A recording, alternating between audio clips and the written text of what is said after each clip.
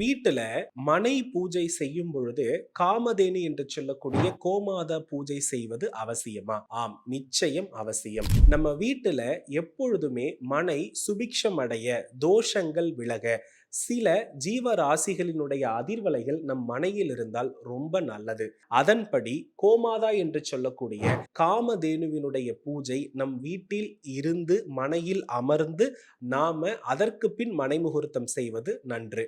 வசதி இருப்பவர்கள் அஸ்வ பூஜை என்று சொல்லக்கூடிய குதிரையையும், கஜ பூஜை என்று சொல்லக்கூடிய யானை, கஜம், அஸ்வம், காமதேனு என்று சொல்லக்கூடிய இந்த 3 ஜீவராசிகளும் ஒரு மனையில் அமர்ந்து இந்த 3 ஜீவராசிகளுக்கும் அந்த மனையினுடைய உரிமையாளர் பூஜித்து மனை முகூர்த்தம் செய்ய அந்த வீடு அரண்மனை போலவும் தலைமுறை தலைமுறையாக அந்த மனையில் வாழ்பவர் சிறப்பாக வாழ்வார். எல்லாராலும் இது செய்ய முடியாது. எளிமையான பரிகாரம் இருக்கிறதா என்று கேட்கின்ற பொழுது காமதேனு என்று சொல்லக்கூடிய கோபூஜையை நடைமுறைப்படுத்துங்கள். அதே போல அஸ்வம் என்று சொல்லக்கூடிய குதிரை காலடி மண்ணும், அதே போல கஜம் என்று சொல்லக்கூடிய யானையினுடைய காலடி மண்ணையும் எடுத்து வந்து நம் மனையில் தூவ நம் மனை சுபிக்ஷம் அடையும். இவற்றை கஜ பூஜை, அஸ்வ பூஜை செய்ய முடியாதவர்கள் செய்யலாம். இந்த 3 ஜீவராசிகளும் ஒரு வீட்டில் கட்டாயமாக மனை முகூர்த்தம் மட்டுமல்ல, எந்த ஒரு நல்ல காரியத்தை தொடங்கும் முன் இந்த ஜீவராசிகளை நாம் வணங்கி செய்தால் அந்த காரியத்தால் தொடங்கக்கூடிய செயல்